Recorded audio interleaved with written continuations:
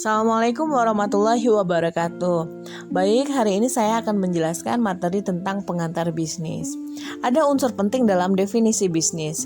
Yang pertama, adanya segala aktivitas atau kegiatan, kemudian bisa dilakukan oleh satu institusi ataupun perorangan, kemudian menghasilkan barang dan jasa, dan produk itu diperlukan untuk masyarakat. Menurut Griffin and Ebert, bahwa bisnis adalah suatu organisasi yang menyediakan barang dan jasa dan dibuat untuk mendapatkan keuntungan atau laba.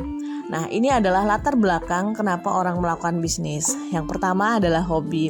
Banyak orang yang misalnya dia mempunyai hobi di bidang masak, kemudian akhirnya masakannya dirasa oleh dia sendiri cukup enak, kemudian dinikmati oleh keluarga dan dapat rekomendasi dari teman-temannya. Akhirnya dia membuka bisnis makanan.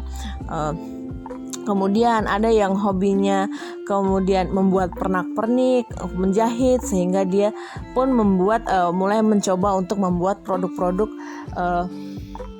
yang sesuai dengan desain yang dia sukai. Kemudian banyak ya contoh lain yang bisnis yang awalnya berasal dari hobi. Yang kedua adalah bisnis yang dilatar belakangi keturunan. Apa contohnya? Bisa kita lihat misalnya orang Chinese ya, atau orang keturunan Cina. Biasanya rata-rata orang keturunan Cina itu berdagang atau membuka toko. Nah, terkadang kita lihat walaupun dia sudah sekolah jauh, bahkan ada yang sekolah di luar negeri, tapi akhirnya mereka kembali untuk meneruskan bisnis yang dijalankan oleh keluarganya. Berikutnya, apa yang melatar belakangi orang melakukan bisnis? Adanya jenuhnya kesempatan kerja. Artinya kebanyakan mindset beberapa orang bahwa bekerja itu baik bila dia menjadi seorang PNS. Tapi untuk ikut atau bisa lolos menjadi PNS itu bukan sesuatu hal yang gampang ya. Kemudian kesempatan kerja dia apply di beberapa perusahaan sangat susah sekali. Akhirnya dia berusaha, kenapa saya tidak mencoba untuk membuka lowongan usaha sendiri atau membuka usaha baru sehingga bisa memberikan kesempatan kepada orang lain. Berikutnya, pertambahan penduduk juga ikut mempengaruhi latar belakang orang melakukan bisnis. Pertambahan penduduk yang terus meningkat, akhirnya jumlah angkatan kerja juga kian bertambah. Sedangkan lowongan pekerjaan terbatas ya.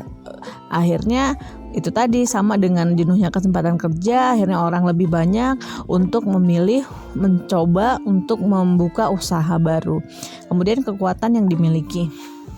Nah, dalam manajemen pemasaran nantinya mahasiswa akan belajar tentang analisis SWOT. Bagaimana strength, weakness, opportunity, and threat. Bagaimana kekuatan, kelemahan, peluang, dan ancaman yang dimiliki oleh suatu bisnis. Nah, misalnya kita harus juga mengenali kekuatan apa sih yang kita miliki, apa kelebihan kita. Misalnya kita mau punya skill di bidang kuliner. Kita ambil contoh misalnya dalam membuat brownies. Kita tahu bahwa banyak brownies, varian-varian brownies yang ada di pasaran. Nah, apa kelebihan dari produk kita? Misalnya produk kita punya varian rasa yang berbeda. Kemudian punya varian rasa yang banyak. Misalnya ada brownies pisang, brownies pandan, brownies keju, dan lain-lain. Sedangkan produk lain misalnya hanya terbatas pada brownies coklat. Nah, berikutnya peluang. Bagaimana kita bisa memanfaatkan suatu peluang menjadi suatu momen menjadi peluang bisnis. Misalnya kita berada di daerah kampus. Nah, kita tinggal di daerah kampus, apa sih yang bisa kita manfaatkan? Misalnya peluang usaha apa yang bisa kita buka? Nah, kalau di daerah kampus apa yang biasanya menjadi peluang usaha? Ada bisnis laundry. Kalau kita lihat di sekitar kampus kita, di belakang kampus ini banyak bisnis laundry yang berdekatan malahan ya. Kemudian ada kos-kosan, kemudian ada fotokopi dan lain sebagainya. Nah, bagaimana kita memanfaatkan peluang tersebut menjadi peluang bisnis yang baik dan bisa dilaksanakan dan mendapatkan keuntungan. Tujuan utama orang melakukan bisnis adalah untuk memperoleh keuntungan atau memperoleh laba. Berikutnya, untuk menjaga kelangsungan hidup perusahaan. Untuk meningkatkan ekspansi dan meluaskan perusahaan. Berikutnya, untuk mengoptimalkan sumber daya yang dimiliki dan untuk mensejahterakan anggota khususnya dan masyarakat pada umumnya, untuk meningkatkan kemakmuran dan kesejahteraan rakyat. Nah, unsur-unsur penting suksesnya pelaksanaan bisnis. Yang pertama, adanya individu pelaksana bisnis itu sendiri atau yang bersangkutan. Kemudian adanya semangat atau jiwa bisnis. Selain itu ada organisasi atau kelembagaan yang mendukung bisnis tersebut. Yang pastinya kemampuan yang dimiliki antara lain adanya sumber daya manusia, sumber daya alam, dan adanya kemampuan manajerial. Nah, adapun langkah-langkah dalam berbisnis, yang pertama harus menentukan terlebih dahulu jenis bisnis yang akan kita buka atau kita laksanakan. Berikutnya, memilih bentuk perusahaan yang akan kita buat. Apakah kita berdiri sebagai unit usaha mikro ataukah dalam bentuk CV, PT, dan lain sebagainya.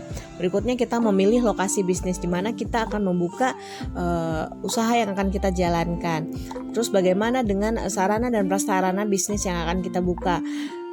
Kemudian bagaimana pengelolaan bisnis yang akan kita jalankan, bagaimana produksinya, bagaimana pemasarannya, dan bagaimana pengelolaan keuangannya. Nah, jadi manfaat yang didapat dari bisnis adalah satu, bahwa bisnis dapat menyerap tenaga kerja.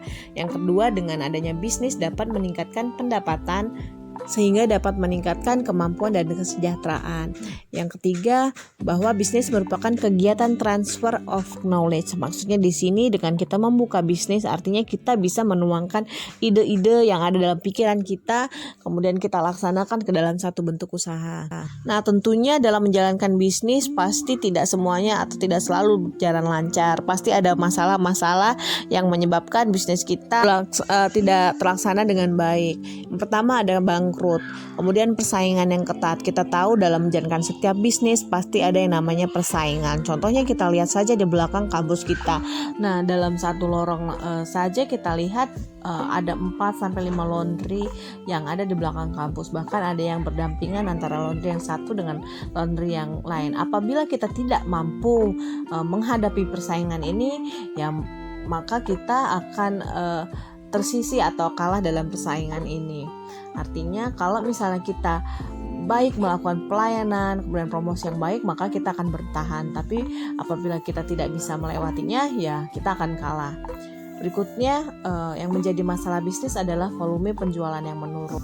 Apabila kita tidak bisa menjaga konsistensi penjualan kita, kemudian tidak bisa memaksimalkan promosi dengan baik, ya otomatis volume penjualan kita lama-kelamaan akan terus menurun, sehingga menyebabkan kita gagal melakukan bisnis. Berikutnya adalah modal yang kurang. Nah, terkadang tidak mampu memanajerial atau melakukan pengelolaan keuangan yang baik, sehingga kita tidak mampu memenuhi atau mengembalikan modal usaha kita. Kadang-kadang malah modal usaha tadi terpakai sama kita, malah digunakan untuk keperluan yang lain. Berikutnya, kalau kita punya SDM dan produktivitas yang rendah, terkadang kita mempercayakan usaha yang kita jalankan, tapi kita ingin mendapatkan tenaga kerja dengan upah yang murah, tapi tidak sesuai dengan produktivitasnya, kemudian kemampuan atau skillnya, sehingga sering menyebabkan banyak kesalahan-kesalahan. Misalnya seharusnya tadi orang tersebut bisa menghitung penjualan dengan baik, tapi melakukan kesalahan. Berikutnya, produktivitas yang tidak optimal dan administrasi yang tidak efektif, sehingga menyebabkan kita gagal melaksanakan bisnis kita dengan baik. Nah, dalam bisnis kita perlu berilmu, perlu inovatif, perlu strategi, perlu adanya niat, perlu informasi dan teknologi, dan kita juga harus supel.